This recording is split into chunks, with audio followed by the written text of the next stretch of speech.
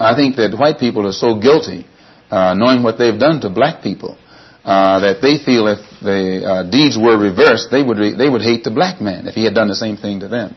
So it's actually it reflects a guilt complex on the part of whites when they ask us, do we hate them? And if you notice, Uncle Sam has formed a habit of going all over the world.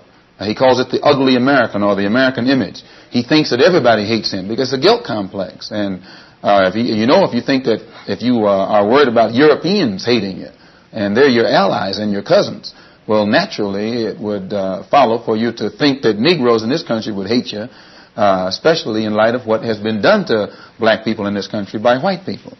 We don't teach hate. Mr. Muhammad teaches the truth. And he teaches that our people should unite among ourselves and try and solve our own problems instead of trying to force ourselves upon whites and blame them for our plight. The problem isn't personal and it's not individual. Our problem is collective. And just as Negroes suffer collectively from the collective attitude of white people in this country, you can't approach it on an individual basis. And this is where whites make their mistakes today.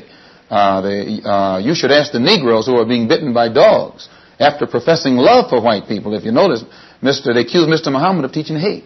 Well, Martin Luther King teaches Negroes to love all white people, no matter what they do to you, and the same whites whom he teaches Negroes to love stick dogs on him, stick dogs on their children, dogs on their women, and dogs on their babies.